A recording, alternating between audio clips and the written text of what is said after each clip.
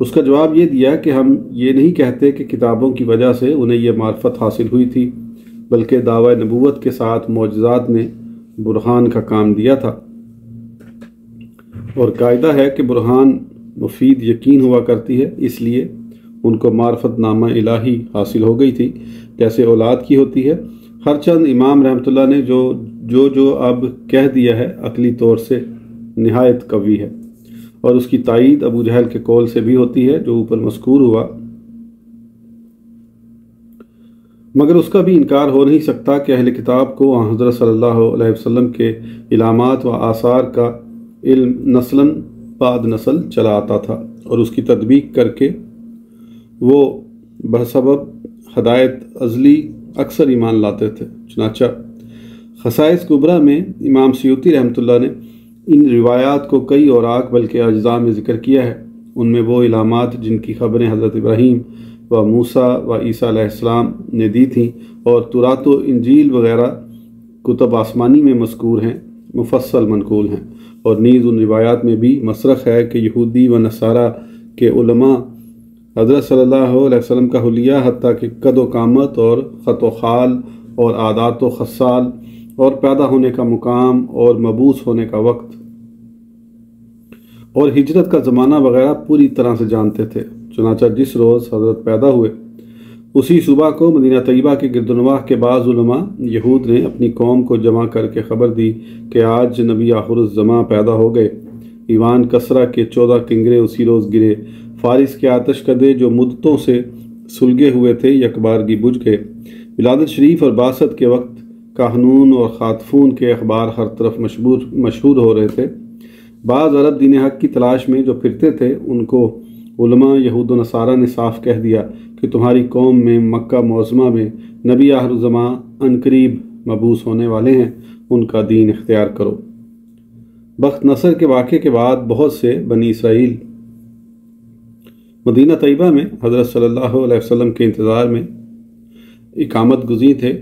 چونکہ خصائص کبریٰ چھپ گئی ہے، اس لیے بخوف تطویل وہ روایتیں نقل نہیں کی گئیں۔ غرض یہ کہ علامات حضرت کے اس قدر کثرت سے مشہور اور معلوم ہو چکے تھے کہ علماء یہود و نصارہ دیکھتے ہی حضرت صلی اللہ علیہ وسلم کو پہچان لیتے، اور جن امور میں امتحان کی ضرورت ہوتی بعد امتحان ایمان لاتے۔ پھر صرف حضرت صلی اللہ علیہ وسلم ہی کے علامات یہود میں شائع نہ تھے، بلکہ حضرت کی امت کے علامات و خصوصیات اور بعض مختصر مسائل اسلام کو بھی جانتے تھے۔ یہاں تک مروی ہے کہ قبل بعثت صدیق اکبر رضی اللہ عنہ شام کی طرف گئے تھے۔ ایک راہب نے علامات ظاہری دیکھ کر آپ سے کہا کہ سب علامات تو میں دیکھ چکا ہوں، آپ اپنے پیٹ پر سے کپڑا اٹھائیے۔ چنانچہ حال دیکھ کر کہا کہ نبی آخر الزماں عنقریب مبعوث ہونے والے ہیں، آپ ان کے وزیر و خلیفہ ہوں گے۔ اسی طرح عمر رضی اللہ عنہ کا بھی واقعہ ہے کہ بعض راہبوں نے علامات دیکھ کر اسی قسم کی خبریں دی۔ غرض اس قسم کی روایتیں کتب احادیث اور سیر میں بکثرت وارد ہیں۔ اتنے علامات مشہور ہونے کے بعد یہ امر قابل استبعاد نہیں کہ اہل کتاب کو حضرت صلی اللہ علیہ وسلم کی معرفت ان کے علوم سابقہ سے ہوئی، جس پر معجزات نے بھی نور علی نور کا کام دیا۔ اس سے ظاہر ہے کہ اہل کتاب کی معرفت ان کے ذاتی علوم سے تھی، اس میں معجزات کو چندان دخل نہیں، ورنہ اہل کتاب کی کیا خصوصیت، معجزات تو مشرکین بھی دیکھتے تھے۔ رہا یہ کہ پھر سب اہل کتاب مسلمان کیوں نہیں ہوئے؟ اس کا جواب یہ ہے کہ معجزات دیکھنے کے بعد بھی تو مسلمان نہیں ہوئے۔ اس سے یہ لازم نہیں آتا کہ علامات مختصر مفید علم نہ ہوں، بلکہ ایمان نہ لانا حسد و استکبار وغیرہ اسباب سے تھا، جس کا حال اوپر معلوم ہوا اور ابو جہل کے قول مذکور سے بھی ثابت ہے۔ بہرحال خواہ معجزات کی وجہ سے ہو یا کتب سماوی کی وجہ سے، اہل کتاب کو بلکہ دوسرے کفار کو بھی حضرت صلی اللہ علیہ وسلم کی معرفت اور نبوت کا علم ضرور تھا، لیکن تصدیق ہونے کی وجہ سے بجائے اس کے کہ وہ مفید ہو وبال جان ہوئی۔ مقصود یہ ہے کہ صرف معرفت بغیر تصدیق کے مفید نہیں ہو سکتی۔ اب یہ دیکھنا چاہیے کہ تصدیق شرعی کے ساتھ معرفت کی بھی ضرورت ہے یا نہیں۔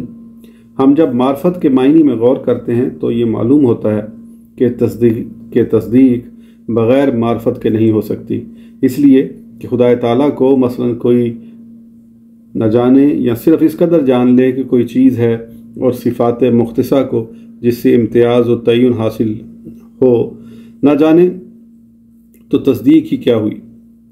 ہاں، اس میں شک نہیں کہ حق تعالیٰ کی ذات کی معرفت حاصل نہیں ہو سکتی، مگر صفات کی معرفت بقدر طاقت بشری ضروری ہے۔ کچھ نہیں تو اتنا تو جاننا ضرور ہے کہ وہ قدیم ہے، سب کا خالق ہے، اور اس کے مثل کوئی چیز نہیں، نہ اس کا کوئی شریک ہے نہ مقابل، اس لیے بن دیکھے ایمان لا رہے ہیں، اس کی تعین ہو جائے تاکہ دوسرا کوئی اس ایمان میں شریک نہ ہو۔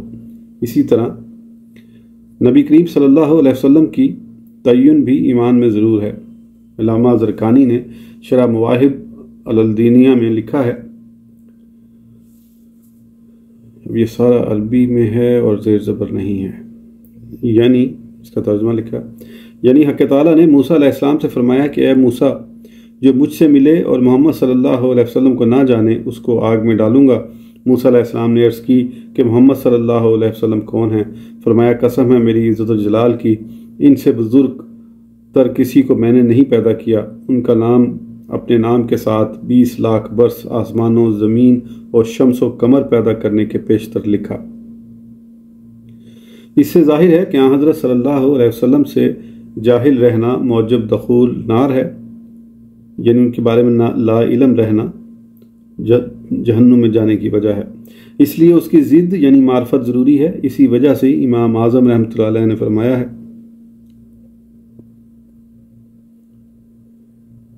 ابن حمام رحمۃ اللہ علیہ نے مصاہرہ میں لکھا ہے کہ امام ابو الحسن اشعری رحمۃ اللہ علیہ کا قول معنی تصدیق میں متردد ہے۔ کبھی کہتے ہیں کہ خدا تعالیٰ کے وجود الہیہ و قدم کی معرفت کا نام ہے، اور کبھی کہتے ہیں کہ وہ نفس کا قول ہے، لیکن متزن معرفت ہے جس کے بغیر تصدیق صحیح نہیں۔ غرض ان کے کلام میں دو احتمال ہیں، ایک معرفت کا شرط یہ تصدیق ہونا، دوسرا یہ کہ تصدیق معرفت اور کلام نفسی کے مجموعے کا نام ہے۔ لیکن ظاہر ہے کہ معرفت تصدیق سے خارج اور اس کے لیے شرط ہے، اس لیے کہ لغت میں تصدیق صرف سچائی کو کہتے ہیں۔ اگر معرفت بھی اس میں داخل کر دی جائے تو اس لفظ کا منقول شرعی ہونا لازم آئے گا، حالانکہ منقول سمجھنے کے لیے کوئی دلیل چاہیے، اور کوئی دلیل اس پر قائم نہیں، بلکہ قرآن و حدیث میں جہاں یہ لفظ مستعمل ہے معنی لغوی ہی میں مستعمل ہے۔ الحاصل معرفت کو داخل ایمان نہیں مگر شرط ایمان ضرور ہے۔ یہاں یہ بات بھی معلوم کرنی ضرور ہے کہ معرفت کے مدارج مختلف ہیں۔ عموماً اہل اسلام اجمالاً اس قدر جانتے ہیں کہ حق تعالیٰ خالق اور متصف بصفات کمالیہ ہے، پھر جس قدر آثار قدرت وغیرہ صفات کمالیہ میں غور و تامل کیا جائے اسی قدر معرفت کی زیادتی ہوئی ہے، اور جس قدر معرفت کی زیادتی ہو محبت زائد ہوتی ہے، جو باعث ترقی مدارج قرب ہے۔ امام غزالی رحمۃ اللہ علیہ نے احیاء میں توضیح کے لیے یہ مثال لکھی ہے کہ مثلا امام شافعی رحمۃ اللہ علیہ کی محبت کل شافیوں کو ہے اور سب ان کو عالم جانتے ہیں، لیکن فقہائے شافعیہ کو ہر مسئلہ کے دقائق استدلال معلوم کرنے کے بعد جو قدر و محبت امام کی ہوتی ہے وہ عامی شخص کو نہیں ہو سکتی۔ اسی طرح جب کوئی کسی مصنف کی عمدہ تصنیف یا کسی شاعر کا بلیغ قصیدہ دیکھتا ہے تو اس سے ایک قسم کی محبت ہوتی ہے، پھر وہ بھی اس کی عمدہ تصانیف و قصائد دیکھے اور غور و تأمل سے اس کی جلالت و شان معلوم کرے تو اس کو جو محبت اور قدر اس کی ہوگی وہ اس شخص کو نہیں ہو سکتی جو اس کو صرف ایک عالم یا شاعر جانتا ہے۔ غرض آدمی جس قدر مصنوعات الہی میں زیادہ تر غور و فکر کرے اور خدا تعالیٰ کی جو نعمتیں اور احسانات تمام عالم پر خصوصاً اپنے پر ہو رہے ہیں ان کو سوچے تو محبت زیادہ ہوگی۔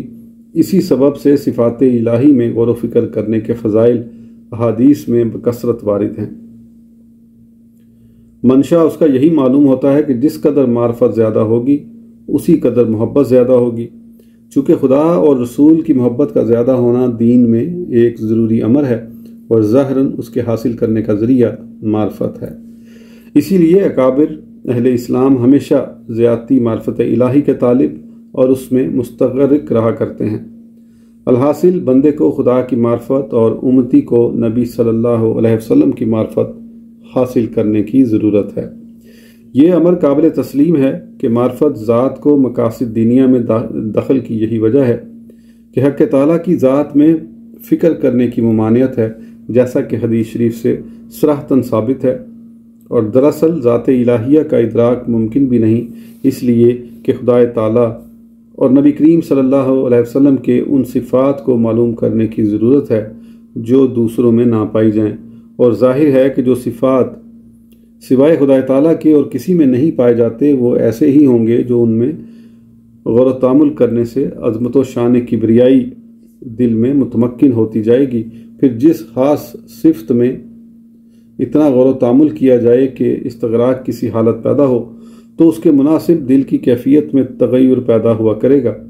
مثلا صفت قہاری کے مطالعے کے وقت دل میں خوف و خشیت کی کیفیت پیدا ہوگی، اور صفت جمال و رحمانیت کے مراقبے سے محبت و عشق علی ھذا القیاس، ہر صفت کا جدا جدا اثر ہوگا۔ اسی طرح نبی کریم صلی اللہ علیہ وسلم کے صفات مختصہ میں غور و فکر کرنے سے دل میں مختلف آثار پیدا ہوتے جائیں گے۔ اسی وجہ سے صحابہ رضی اللہ عنہ کے حالات مختلف تھے، جن کی طبیعتوں پر حضرت صلی اللہ علیہ وسلم کی عظمت کا پورا اثر تھا۔ انہوں نے حضرت صلی اللہ علیہ وسلم کے چہرہ مبارک کو آنکھ بھر کے کبھی نہیں دیکھا، جیسا کہ شفا میں قاضی ایاز رحمۃ اللہ نے لکھا ہے کہ عمرو بن العاص رضی اللہ عنہ کہتے ہیں، باوجود یہ کہ حضرت صلی اللہ علیہ وسلم سے زیادہ مجھے کسی سے محبت نہ تھی، مگر مجھ سے کبھی نہ ہو سکا کہ آنکھ بھر کے حضرت صلی اللہ علیہ وسلم کے چہرہ مبارک کو دیکھوں۔ اور اکثر روایات سے ثابت ہے کہ صحابہ حضرت صلی اللہ علیہ وسلم کے روبرو ایسے سر جھکائے ہوئے بیٹھتے تھے کہ گویا ان کے سروں پر پرندے بیٹھے ہیں کہ ادنا حرکت سے اڑ جاتے ہیں۔ اور ایک صحابی کا حال